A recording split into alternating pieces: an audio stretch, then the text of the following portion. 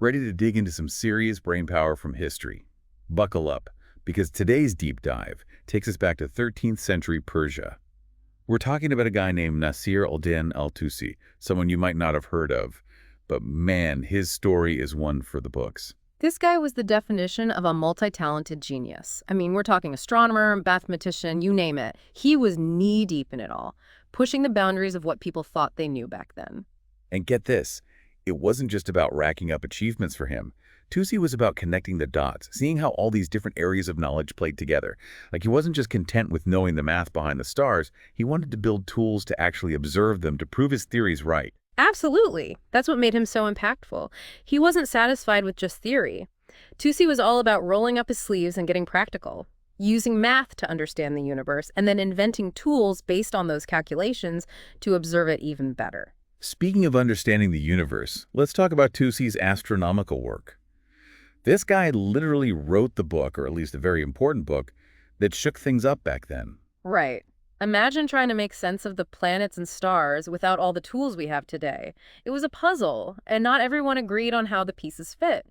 One of the big debates was about how planets actually moved. Yeah, I've heard about those old theories about epicycles, like mini orbits inside of orbits. Super complicated, right? Right. Exactly. Well, Tusi came along with his sharp mathematical mind and was basically like, hold on, there's a simpler way to explain this. He came up with this geometric model called the Tusi couple. Okay, so not to brag or anything, but math isn't exactly my forte. But I gotta ask, what's so special about this Tusi couple thing? It was elegant, revolutionary even. This one geometric model explained those weird planetary movements that had astronomers stumped for centuries.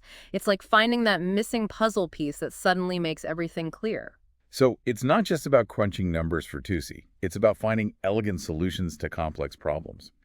But he wasn't just an armchair theorist, was he? Yeah. I mean, this guy actually built an incredible observatory to do some serious stargazing, right? Oh, absolutely. And not just any observatory. We're talking state-of-the-art for its time.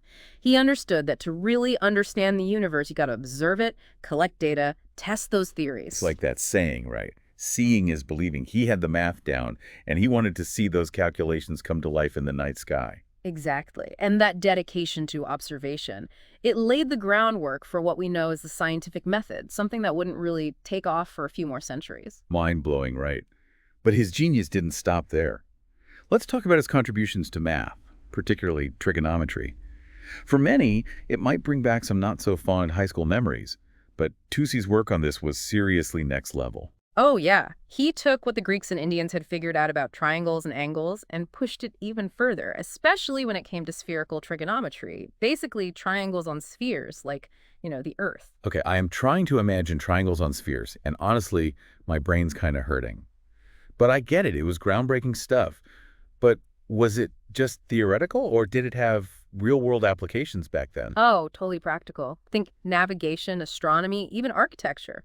With Tusi's work, they could calculate distances and angles with way more accuracy, super important for designing things, especially those intricate buildings with domes and arches. So we've got astronomy, math, and architecture, all linked by Tusi's thirst for knowledge. It just goes to show that everything's connected, right? And speaking of connections, we can't forget his knack for invention. This brings us to the astrolabe. Tell me he invented that too. Well, it wasn't a brand new invention, but Tusi perfected it.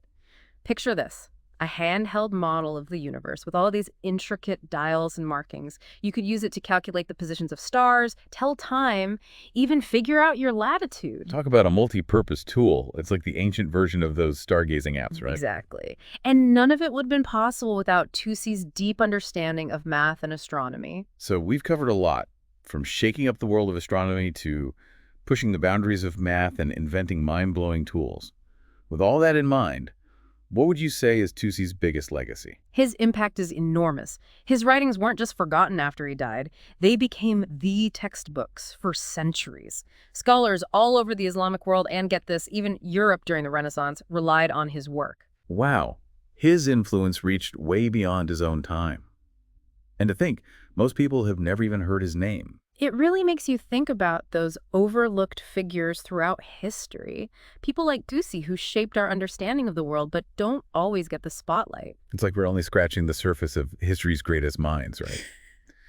Tusi's story definitely makes you wonder, What other amazing discoveries are still out there waiting to be found? Absolutely. And more importantly, who are the unsung heroes behind them, ready to inspire a whole new generation? Food for thought as we wrap up our deep dive.